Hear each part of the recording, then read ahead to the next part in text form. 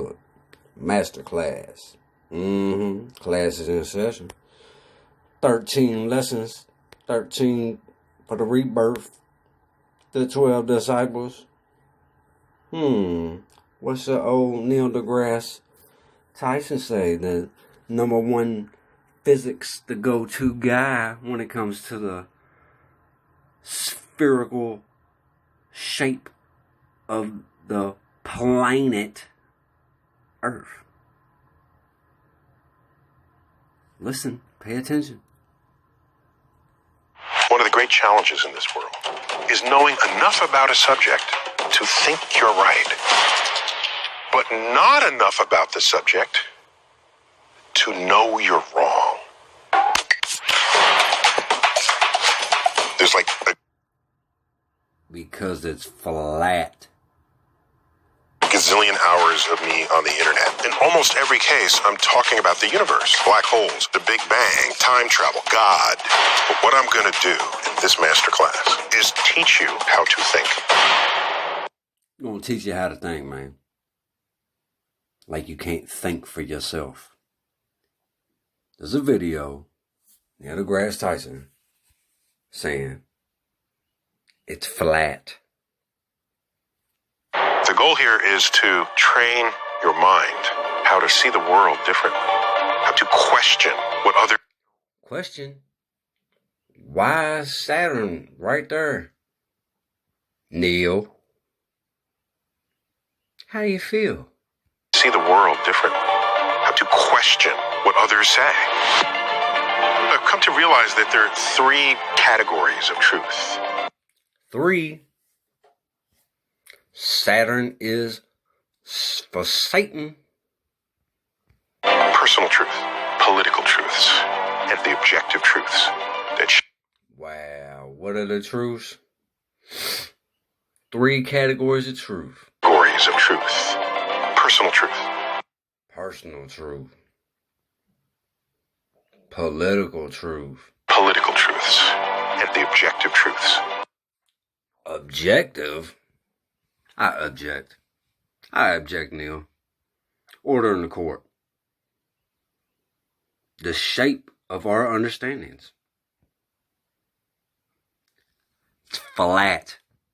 It's plain and simple. That shape our understanding of the universe. The interesting thing about an objective truth is that it's true no matter what. Imagine that. Wow, imagine that. It's true no matter what. Imagine that. By the time we're done. Wow. Imagine that. It went to the globe. And by the time we're done, you will be equipped with some of the methods and tools so you can turn data into information, information into knowledge, knowledge into wisdom. We all have susceptibility to bias. Search engines on the internet are the epitome of confirmation bias. And you're going to use that as evidence that you are correct? No. The good thing about science is that it's true whether or not you believe in it. What does it mean to be skeptical? Science is true whether or not you believe in it. So whatever science says is true in fact. Why? Because they said so. Bullshit. Everything's plain and simple. Skeptical. What does it mean to be convinced by data? A proper skeptic questions what they're unsure of, but recognizes when valid evidence is presented to change their mind. I will equip you to not only find objective truths, but then communicate to others how to get there. It's not good enough to be right. You also have to be effective. The less connected you are to what is objectively true, the less likely you will be able to make decisions that will benefit your life, the life of your family, and even civilization itself. I'm Neil deGrasse Tyson, and this is Objective truth. Because what they say is true, right? I'm Neil deGrasse Tyson, and this is true. The less likely you will be able to make decisions that will benefit your life, the life of your family, and even civilization itself.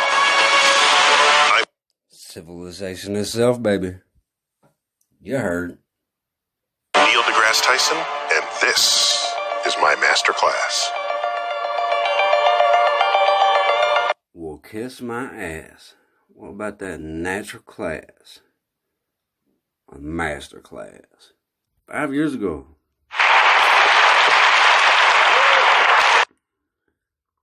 Center exists. They verify it, they get secondary measurements, and they move on. Right. And then is that carbon is more of running methane.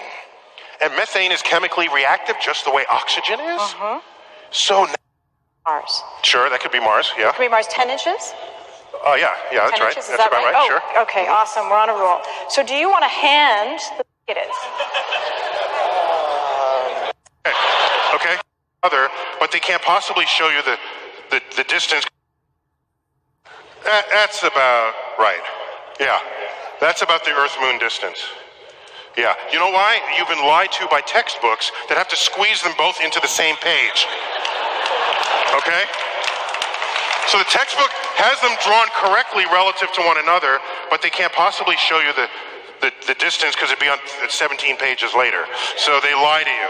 So thank you for that. And then the positioning of Mars, which, of course, we're going to have to send. Oh, yeah, okay. Well, you know it's got to. No, it's not. Most of the universe is completely empty, and you'd be dead within seconds if put there. And it's also true for Earth's surface. If I drop you butt naked in 70% of Earth's surface, you're dead some minutes later because you'd freeze, you'd be eaten, because you don't have your 30-06 if I drop you butt naked. So most of Earth's surface is hostile, and we create these environments so that we are comfortable to shield us from all the ways Earth wants to kill us. You heard? Okay. Can you illustrate where I have Dude who jumped out of a perfectly size, the international. to this scale, All right. a mile away? All right, here we go. Listen. Show us where the International Space Station is, Hubble, etc. Oh, okay. So if the Earth were actually this size, the International Space Station would be orbiting about a half an inch above the surface. And that dude who jumped out of a perfectly good balloon, what's his name? Felix Baumgartner.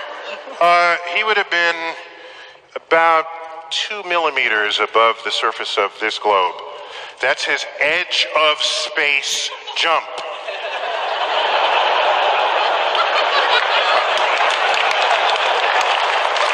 Now, you know, I don't. It's he wants to. I don't have a problem if he does it, but the honesty of it would greatly diminish what I think people thought he was actually doing. And not only that, they made sure to photograph him standing there with a really wide-angle lens, which curves horizontal lines. So in the photo, you see this curvature of Earth's surface, and he said, "Wow, he's in space. Look at that." No, he's not. At that height, you don't see the curvature of the Earth if you are 2 millimeters above this beach ball. You just don't. That stuff is flat. Oh, what did he say? And I showed examples. Meters above this beach ball. You just don't. That stuff is flat. Earth, if you are 2 millimeters above this beach ball. You just don't. That stuff is flat. And that's a plain, flat fact.